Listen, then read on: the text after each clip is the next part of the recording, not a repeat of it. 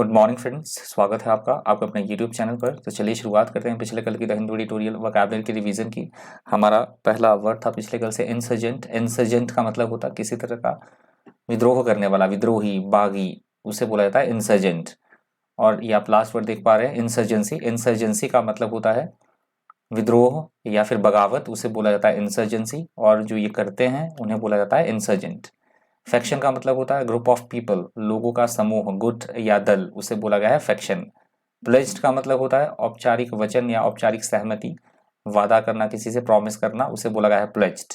Comprehensive का मतलब होता है व्यापक तौर पर, विस्तृत तौर पर, उसे बोला जाता है कॉम्प्रिहेंसिव। ऑब्ड्यूरेट का मतलब होता है एकदम हठी होना, कट्टर होना, उसे बोला जाता है ऑब्ड्यूरेट। ये एक दूसरे के सिनोनिम्स हो सकते हैं, ऑब्ड्यूरेट और इंट्रांसिजेंट। इंट्रांसिजेंट भी ऐसे व्यक्ति होते हैं जो एकदम से रूल के पक्के या अपने विचारों को चेंज करने के लिए बिल्कुल भी तैयार ना हो। सिद्धांतवादी या फिर हठधर्मी, कट्टरवादी, उन्हें बोला जाता है इंट्रांसिजेंट। स्टम्बलिंग का मतलब होता है अस्थिरता होना, डगमगाना, लड़खड़ाना, उसे बोला गया है स्टम्बलिंग।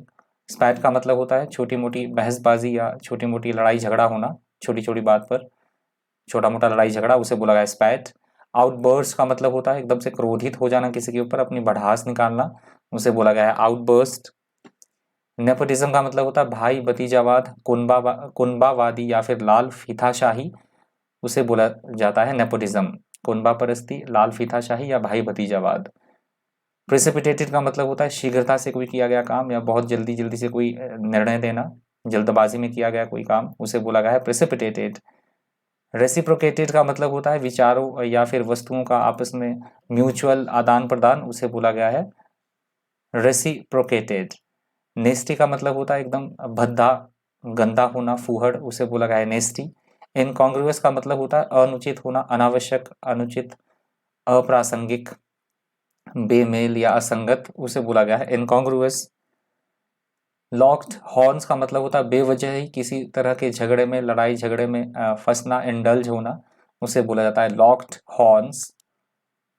ऑम्बुड्समैन, ऑम्बुड्समैन का मतलब होता है ऐसा प्रशासनिक अधिकारी जिसके पास लोग अपनी ग्रीवेंसेस लेके जाएं, शिकायत लेके जाएं और उसका वो निराकरण करे, सोल्यूशन करे, उसे बोला जाता है ऑम्बुड्समैन। ऑम्बुड्समैन को लोकपाल भी बोला जाता है, ऑम्बुड्समैन, लोकपाल।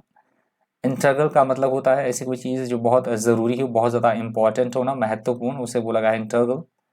लास्ट हमारा वर्ड था पाइप डाउन। पाइप डाउन का मतलब होता है एकदम से चुप रहना, शांत रहना, शोर ना करना, उसे बोला गया है पाइप डाउन। प्लीज़ वीडियो को लाइक कर दीजिएगा, हो सके तो शेयर भी कर दीजिएगा। इस वीडियो में इतना है। इस तरह के इन्फॉर्मेटिव वीडियोज़ के लिए बन रही है चैनल पर। Thank you, thanks for watching.